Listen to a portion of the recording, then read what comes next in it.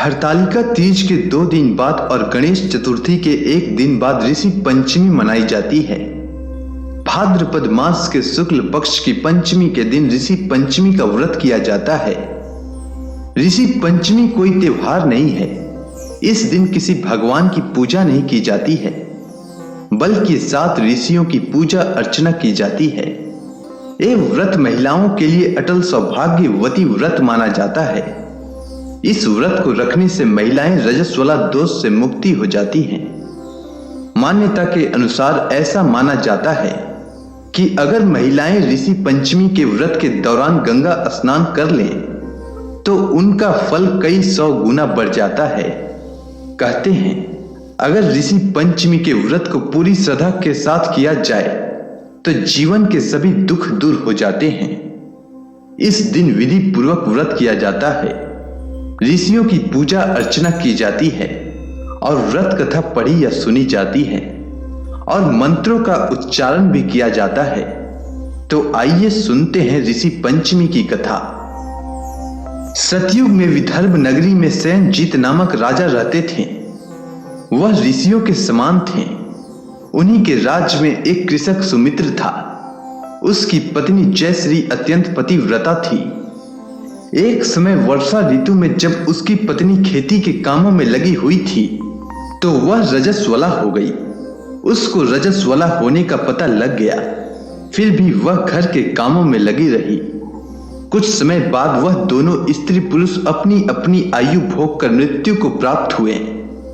जयश्री तो कुतिया बनी और सुमित्र को रजस्वला स्त्री के संपर्क में आने के कारण बैल की योनि मिली। क्योंकि ऋतु दोष के अतिरिक्त इन दोनों का कोई अपराध नहीं था, इसी कारण इन दोनों को अपने पूर्व जन्म का समस्त विवरण याद रहा। वे दोनों कुतिया और बैल के रूप में उसी नगर में अपने बेटे सुचित्र के यहाँ रहने लगे। धर्मात्मा सुचित्र अपने अतिथियों का पूर्ण सत्कार करता था। अपने पिता के श्राद्ध के दिन उसने अपने घर ब्राह्मणों को भोजन के लिए नाना प्रकार के भोजन बनवाए।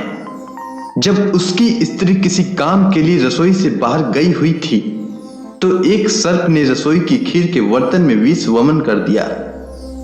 कुतिया के रूप में सुचित्र की मां कुछ दूर से यह सब देख रही थी। पुत्र के बहू के आने पर उसने पुत्र को ब्रह्म हत्या के पाप से बचाने के लिए उस बर्तन में मुंह डाल दिया।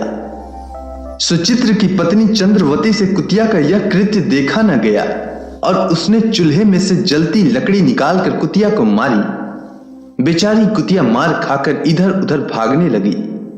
चौके में जो जुठन आदि बची रहती थी वह सब सुचित्र की बहू उस कुतिया को डाल देती थी, लेकिन क्रोध के कारण उसने वह भी बाहर फिकवा दी। सब खाने का सामान फिकवा कर बर्तन साफ करके दोबारा खाना बनाकर ब्राह्मणों को खिलाया।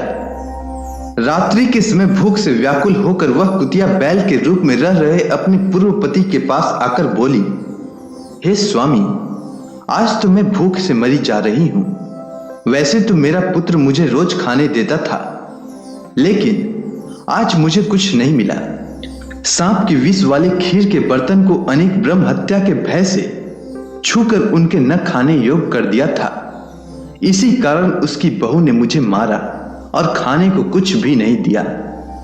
तब वह बैल बोला, हे भद्रे, तेरे पापों के कारण तो मैं भी इस योनि में आ पड़ा हूं और आज बोझा ढोते ढोते मेरी कमर टूट गई है। आज मैं भी खेत में दिन भर हल में जुटा रहा। मेरे पुत्र ने आज मुझे भी भोजन नहीं दिया और मुझे मारा भी बहुत। मुझे इस प्रकार कष्ट देकर उसने इस श्राद्ध को निष्फल कर दिया। अपने माता पिता की इन बातों को सुचित्र सुन रहा था। उसने उसी समय दोनों को भर पेट भोजन कराया और फिर उनके दुख से दुखी होकर वन की ओर चला गया।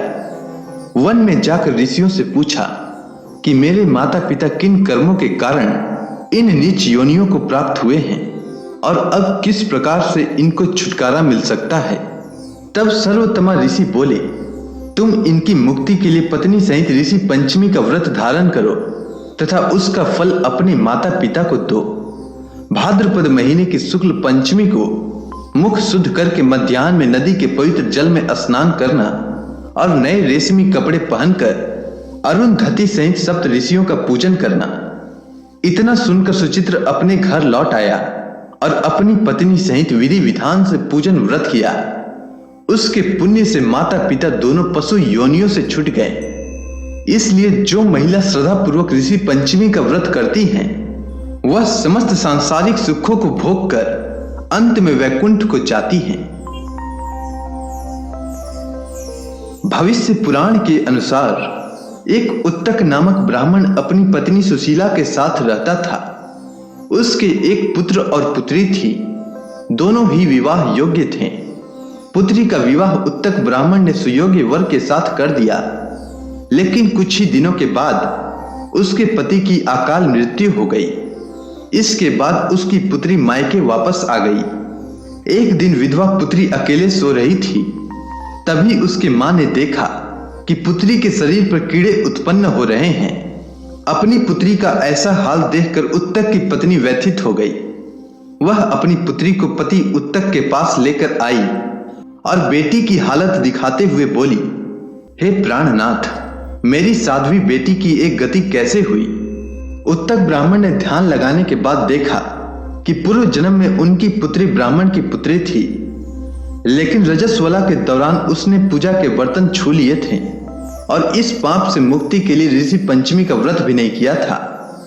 इस वजह से उसे इस जन्म में शरीर पर कीड़े पड़े। फिर पिता के बताए अनुसार पुत्री ने इस जन्म में इन कष्टों से मुक्ति पाने के लिए ऋषि पंचमी का व्रत किया। इस व्रत को करने से उत्तक की बेटी को अटल सौभाग्य की प्राप्ति हुई। ऋषि पंचमी मंत्र। कश्यपोत्रिर्भरद्वाजो विश्वामित्रो य गौतमः जमदग्निर्वसिष्ठश्च सप्तैते ऋषिः स्मृतः गृह्णन्त्वर्ध्य मया दत्तम तुष्टा भवत मे सदा। ऋषि पंचमी पर पूजा के दौरान इस मंत्र का उच्चारण शुभ माना जाता है। कहते हैं व्रत के दिन जितना हो सके उतना भगवान का स्मरण करना चाहिए। तो ऐसे में आप ऋषि मुनियों के मंत्र का जाप ध्यान आदि करके भी अपने पापों से मुक्ति पा सकते हैं। उम्मीद है आपको ऋषि पंचमी की व्रत कथा अच्छी लगी होगी। धन्यवाद।